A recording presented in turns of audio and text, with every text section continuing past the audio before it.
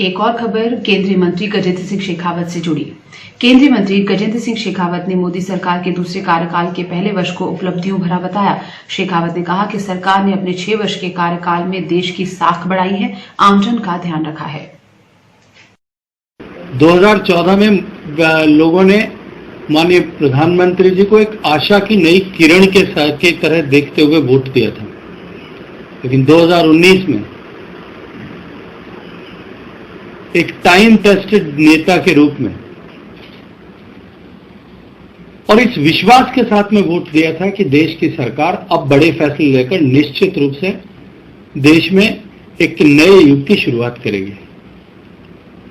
और मैं आज 1 साल बीत जाने के बाद में विश्वास के साथ में ये बात कह सकता हूं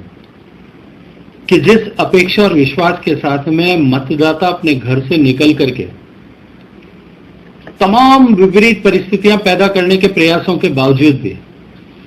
अपने घर से निकल करके बूथ तक गया था और मशीन का बटन दबाया था, तब उसके मन में जो भाव था, जो अपेक्षा थी, उससे कहीं कहीं आगे माननीय मोदी जी की सरकार ने पिछले 1 साल में ऐसे बड़े निर्णय करके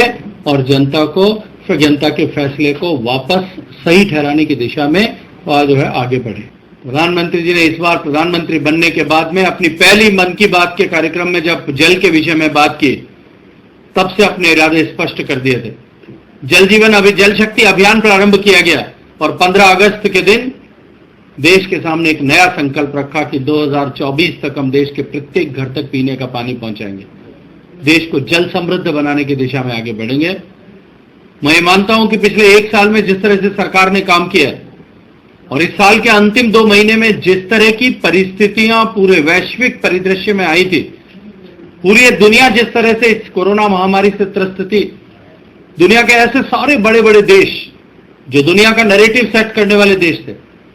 जो दुनिया में इस बात का दंभ करते थे कि हमारा इंफ्रास्ट्रक्चर इतना रोबस्ट है कि पूरी दुनिया के लिए एक आदर्श है, हम सब ने देखा कि वो कोलैप्स हुए, वो धराशायी हुए, वो घुटनों के बल पर उनकी व्यवस्थाएं आती हुई दिखाई दी। लेकिन आज देश की जनता इस बात के लिए देश के प्रधानमंत्री का अभिवादन करती है कि उन्होंने जिस तरह से दूरदर्शितापूर्ण निर्णय लिया, आज उसी का परिणाम है कि भारत में इस आपदा को, इस विपदा को महामारी बनने से रोकने में हम कामयाब हुए। हमने देश को उसके दृष्टिकोण से कि यदि ऐसी परिस्थिति आ भी जाए तो